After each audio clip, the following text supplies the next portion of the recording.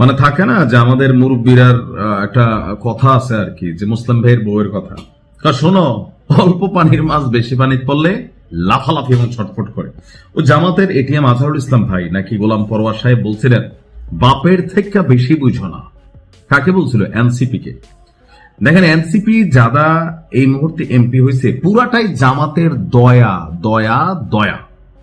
হাসনাত আব্দুল্লাহর কিছুটা ভিন্নতা ছিল, কিন্তু বাকিদের পুরাটাই ভাই দয়া। যেই জামাতের দয়ায় এনসিপি 2-4টা সিট পাইছে, সেই জামাতের সাথেই যখন দায়ের থেকে আসার বড় ভাবনে, জামাত কি করছে? ঢাইলা দিচ্ছে। আমরা সবাই জানি এনসিপি হচ্ছে জামাতের টিম বি। আগামী 5 বছর পরে এদের অস্তিত্ব থাকে কিনা রাজনীতিতে, সেটাই হচ্ছে প্রশ্ন। যত বড় দল নয় তত বড় কর্ম। আর সেই কারণে জামাত আজকে রিয়েকশনটা দিছে। ত্রয়োদশ জাতীয় সংসদে আজকে আপনারা জানেন শপথ গ্রহণ হয়েছে। তো জাতীয় নাগরিক পার্টিকে ছাড়াই জামাত এবং স্বতন্ত্র নবনির্বাচিত সংসদ সদস্যরা শপথ গ্রহণ করেছেন। এটি সংসদের দ্বিতীয় ধাপে অনুষ্ঠিত শপথ অনুষ্ঠান, যেখানে এনসিপির কোন সদস্য উপস্থিত ছিল না। দলীয় সূত্র বলছে এনসিপি সংসদীয় দলের সিদ্ধান্ত অনুযায়ী সংবিধান সংস্কার পরিষদের শপথের বিষয়ে নির্দিষ্ট ব্যবস্থা না হওয়ায় বা না নেওয়ায় এনসিপি সদস্যরা এই ধাপে শপথ নেননি। ফলে প্রথম ধাপে বিএনপি, পরে জামাত এবং স্বতন্ত্র এমপিরা আজকে শপথ গ্রহণ করে ফেলেছেন।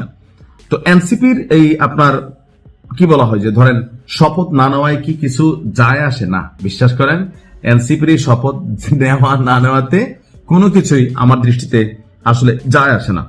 এখন আগামী দিনে আপনার এই এনসিপির যারা প্রধান হর্তাকর্তা আছেন, এই যে আসিফ মাহমুদ, সজীব ভুইয়া বা কি বলা হয় যে নাসিরউদ্দিন পাটোয়ারি, এরা দেখেন বলতেছে যে নির্বাচনে কারা কত আসন পাবে তা নাকি আগেই ঠিক করা ছিল। তো নাসিরউদ্দিন পাটোয়ারি নির্বাচন করে নাই, করছে তো হারছে। তো তার মানে কি ডক্টর ইউনূস একটা সাজানো নির্বাচন করছে? এনসিপির যখন এই ছেলে এই কথা বলে তো মানুষের মধ্যে তো টেনশন হয়। কেন ভাই? নাহিদ ইসলামরা তো সরকারি ছিল, এরা তো আসলে ডক্টর ইউনূস সরকার এবং নির্বাচনকে প্রশ্নবিদ্ধ করার জন্য তারা চেষ্টা করতেছে। আপনি দেখেন যে যে জায়গায় যারা ফেল করছে তারা বলতেছে, যেমন সার্জিস বলতেছে যে ভাই ভোটটা আবার গণনা করা জরুরি। দেখেন নাই? এখন এরা শপথ গ্রহণ করলেও যা, না করলেও তা, এদের মধ্যে এখনো একটা ফিলিংস কাজ করে। নির্বাচনের আগে ডক্টর ইউনূস বৈশা ছিল, এদেরকে আশ্রয় দিয়েছে, প্রশ্রয় দিয়েছে, প্রশাসনিকভাবে যথেষ্ট একটা কি বলা হয় যে প্রেশার ক্রিয়েট করার সুযোগ ছিল। দিন শেষে সবাই মনে করতে ইউনূসের লোক। হ্যাঁ, তো ওই যে পুরানো অভ্যাসটা, এই রাজুতে আয়, এই ঢাকা আটে আয়, গেছে কেউ যায় নাই।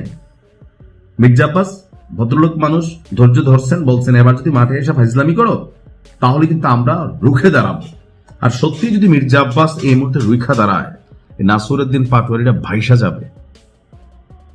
এনসিপির এই ধরনের কর্মকাণ্ড আমার কাছে হাস্যকর ছাড়া আর কিছুই মনে হয় না। মানে জুম্মা 8 দিন হয়েছে আর কি, এখন নতুন এমপি তো একটা ফিলিংস আছে পুনপুন্যা, কিন্তু আসলে বেল থাকবে না এগুলার, মাথায় রেখেন।